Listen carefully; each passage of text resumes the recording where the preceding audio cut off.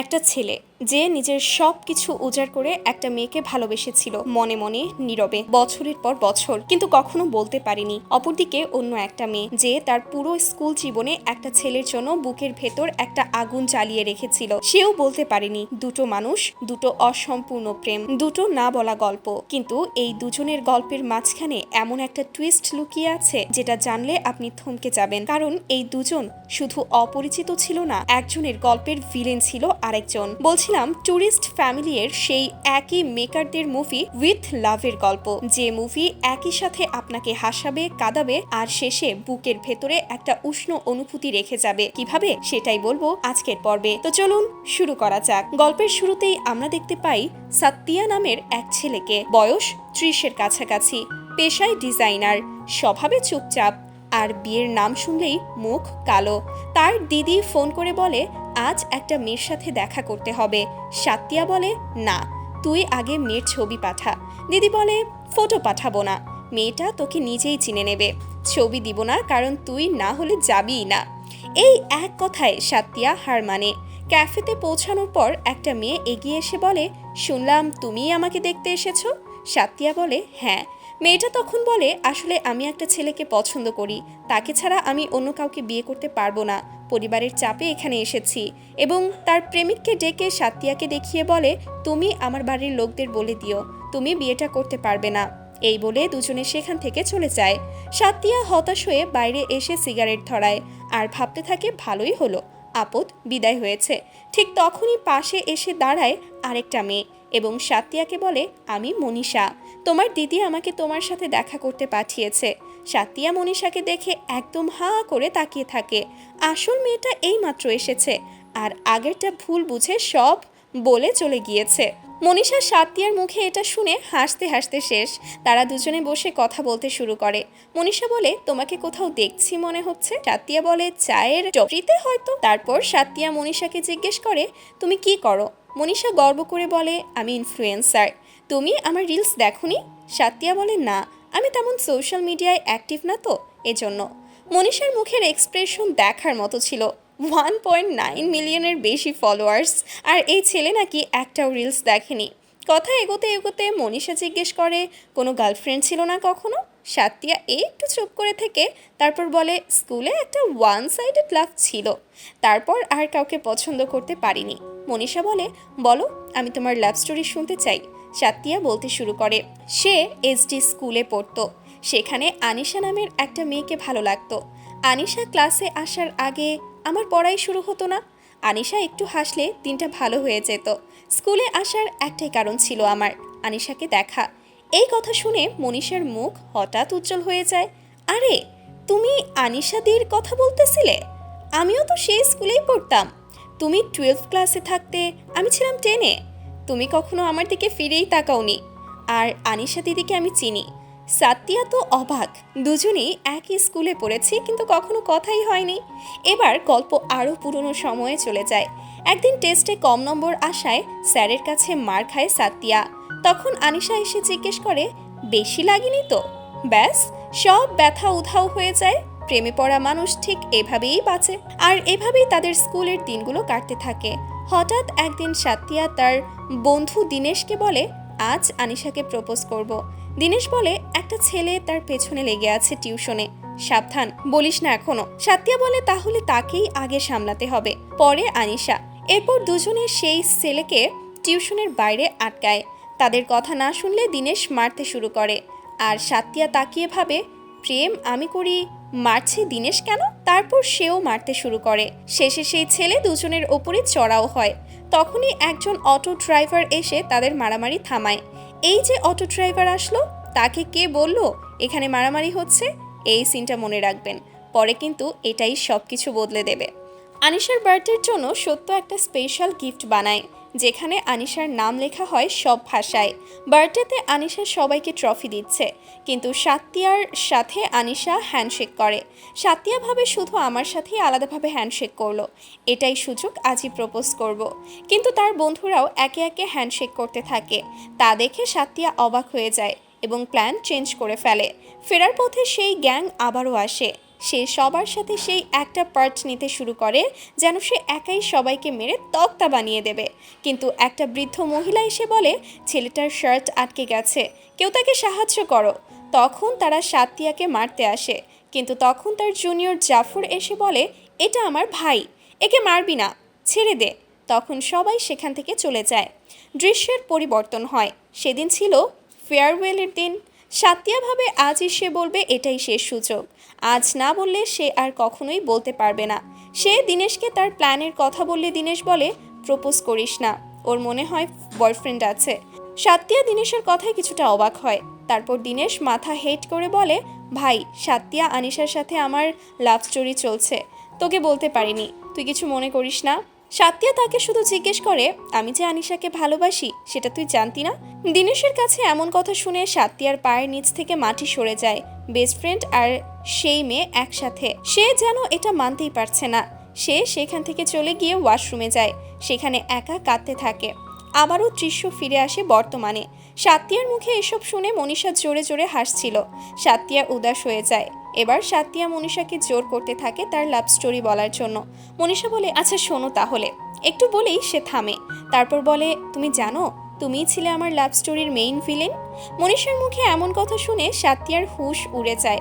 তারপর আবারও মনীষা বলতে থাকে মনীষা 10ম শ্রেণীতে ক্লাসে রাজত্ব করত। তার সাথে আরও 2জন বান্ধবী ছিল। তারা 3জন মিলে পুরো ক্লাস মাথায় করে রাখত। পড়াশোনায় কাঁচা কিন্তু বজ্জাতের হাড্ডি। আর পাশে বসতো তার স্বপ্নের রাজকুমার বালাজি। বালাজি ছিল ক্লাসের ফার্স্ট বয়। মনীষা বালাজিকে নানাভাবে বোঝানোর চেষ্টা করলেও সে কিছুই বুঝতে চায় না। একদিন পরীক্ষায় কপি করতে গিয়ে বালাজিকে টিচার ধরে ফেলে, কিন্তু সেখানে আসলে নকল করেছিল মনীষা। বালাজিকে অনেক বকাঝকা করা হয়, কিন্তু সে একবারও মনীষার নাম বলেনি। সেদিন থেকেই আরও ভালোভাবে মনীষার মনে বালাজি ঢুকে যায়। সে বালাজিকে স্টক করতে শুরু করে, কিন্তু বলার সাহস পায় না। একদিন টিউশনের পর প্রপোজ করবে বলে সে ঠিক করে। বালাজি বাড়ি যাওয়ার রাস্তায় সে দাঁড়িয়ে থাকে। মনীষা কথা বলা শুরু করবে, ঠিক তখনই লড়াইয়ের আওয়াজ আসে। মারামারির আওয়াজ শুনে বালাজি ভয়ে পালিয়ে যায়। এখানেই আসে গল্পের মধ্যে টুইস্ট। সেই লড়াই অন্য কারো ছিল না, সেই লড়াই ছিল সাতিয়া আর অন্য একটা ছেলের, যে আবার আনিশাকে পছন্দ করত। আর সেই অটো ড্রাইভার যে লড়াই থামাতে এসেছিল সেটা মনীষাই পাঠিয়েছিল। তার মানে সাতিয়ার লড়াই সেদিন মনীষার প্রপোজ ভেস্তে দিয়েছিল। তাই মনীষা মনে করে সাতিয়া তার লাভ স্টোরির একমাত্র ভিলেন। পরদিন মনীষার বান্ধবী সন্ধ্যা পুরো ক্লাসে ছড়িয়ে দেয় বালাজির ভয়ে পালিয়ে যাওয়ার কথা। বালাজি ভাবে মনীষাই তার সাথে এমন মজা করছে। সেদিন থেকে তাদের কথা একদমই বন্ধ হয়ে যায়। মনীষা নানাভাবে কথা বলার চেষ্টা করে, কিন্তু বালাজি কোনো সাড়াই দেয়নি। ফেয়ারওয়েলের কয়েকদিন আগে তাদের পরীক্ষা চলছিল। তখন বালাজিকে স্ল্যাম বুক উপহার দেয় মনীষা। বালাজি তার কাছে রেখে দেয়। মনীষা ফেরত পাবার অনেক আশা নিয়ে বসে থাকে, কিন্তু বালাজি ফেরতই দেয় না। লাস্ট পরীক্ষার পর মনীষা প্রপোজ করবে ভেবেছিল, কিন্তু পরীক্ষা শেষ হওয়ার সাথে সাথে মনীষার মা এসে তাকে বাসায় নিয়ে যায়। সেদিন আর তাদের দেখা হয়নি। মনীষা অনেক আশা নিয়েছিল, কিন্তু তার মা আসার কারণে সব আশা নষ্ট হয়ে যায়। প্রেজেন্টে ফিরে মনীষা বলে একটা আইডিয়া আছে, চলো আমরা দুজনে আমাদের পুরনো ক্রাশদের সাথে একবার দেখা করে মনের কথা বলে আসি, মন হালকা হবে। আর এই জার্নিতে আমরা একসাথে থাকবো, এবং একসাথে থাকলে বুঝবো আমরা একে অপরের জন্য ঠিক কিনা। সাতিয়ার মনীষার আইডিয়া তেমন ভালো না লাগলেও সে রাজি হয়ে যায়। মনীষা হোটেল থেকে চলে গেলে সাতিয়ার মনে পড়ে সে তো মনীষার নম্বরই নেয়নি। সাতিয়া দৌড় লাগায় অটোর পেছনে, কিন্তু অটো চলে যায়। সাতিয়া তার দেখা পায় না। সাতিয়া বাসায় গিয়ে ইনস্টায় মেসেজ করে, মনীষা দেখে না। এভাবেই সময় কাটতে থাকে। সন্ধ্যায় সাতিয়ার দিদি ফোন দিয়ে জিজ্ঞেস করে নম্বর নিয়েছিস? সাতিয়া তার দিদিকে মিথ্যা বলে হ্যাঁ নিয়েছি। তারপর মনীষার পোস্টে কমেন্টে নিজের নম্বর দিয়ে দেয়। সারা রাত উল্টোপাল্টা কল আসে সাতিয়ার ফোনে। পরদিনও মনীষার কল নেই। সাতিয়া ভাবে আর মনে হয় দেখা হবে না। তখনই ডোরবেল বাজে। সাতিয়া দেখে দরজায় মনীষা রেগে দাঁড়িয়ে আছে এবং বলে যদি পছন্দ না হই তাহলে বলো, আমি তো তোমার কলের অপেক্ষায় ছিলাম। সাতিয়া বলে কি আর বলবো, তোমার নম্বরই তো ছিল না। দিদির কাছে চাইতে লজ্জা লাগছিল। সাত্তিয়া মুখে এই কথা শুনে মনীষা হাসতে থাকে। তাকে হাসতে থাকা দেখে সাত্তিয়াও হাসতে থাকে। সাত্তিয়া মনীষাকে নিজের হাতে রান্না করে খাওয়ায়। মনীষারও খুব ভালো লাগে। কথায় কথায় পরিবারের প্রসঙ্গ আসে। সাত্তিয়া বলে মা ওপরে গিয়েছে ছোট থাকতেই, বাবা রেস্টুরেন্ট চালাতো, লোকসানে রেস্টুরেন্ট বন্ধ হয়ে গেছে, বাবা আবারও সেই রেস্টুরেন্ট খুলতে চায়, কিন্তু অনেক ঋণ আছে। তখন মনীষা বলে যার যা মন চায় তাকে তাই করতে দেওয়া উচিত। এই একটি কথা সাত্তিয়ার বুকে লাগে। সেদিন রাতে তারা দুজনে ড্রিঙ্ক করেছে। মনীষা বলে দিনেশকে ফোন করে আনিশার নম্বর চেয়ে নাও। সাত্তিয়া ফোন করে প্রথমেই গালাগালাজ শুরু করে। দিনেশ বলে তুইও আনিশাকে ভালোবাসিস শুনেই আমিও ওর সাথে ব্রেকআপ করে নিয়েছি ভাই। এই কথা শুনে সত্য আরও গালি দেয়। মনীষা পাশে বসে চুপচাপ হাসছে। আবার দৃশ্যের পরিবর্তন হয়। মনীষার বন্ধুর বিয়েতে যাওয়ার জন্য দুজনে রওনা হয়। এবার সাত্তিয়া জিজ্ঞেস করে তোমার বাবা? মনীষা বলে 10ম শ্রেণীতে থাকতে ওপরে চলে গেছেন। সিগারেটের অনেক বেশি পরিমাণে খাওয়ার কারণে ফুসফুসে ক্যান্সার হয়েছিল। লাস্ট পরীক্ষার পর মা যখন নিতে আসে তখনই বাবাকে শেষবার দেখি, আর দেখা হয়নি কখনো। বাবা চায়নি আমি তার কষ্ট দেখি। এ কথা শোনার পর আমরা বুঝতে পারি সেদিন মনীষা বালাজিকে কেন প্রপোজ করতে পারেনি। তার মা তাকে নিয়ে গিয়েছিল তার বাবার কাছে। এবার দৃশ্যের পরিবর্তন হয়ে চলে যায় বিয়েতে গিয়ে মনীষা বলে সাত্তিয়া স্কুলে যে স্যারকে চড় মেরেছিলে, স্যার আসলে সেখানে সন্ধ্যা এবং সন্তোষের ঝগড়া মেটাতে গিয়েছিল। সেখানে টিচারকে প্যারেন্টসরা ভুল বুঝেছিল। মনীষার কথা শুনে সাত্তিয়া তো অবাক। আরে কি বলো তুমি? মনীষা স্যারকে ডেকে আনে। সাত্তিয়াও স্যারের কাছে ক্ষমা চেয়ে নেয়। তার বুকের একটা পুরনো ভার নামে। সেদিন রাতে বিয়ের অনুষ্ঠান শেষে তারা হোটেলে ফিরে আসে।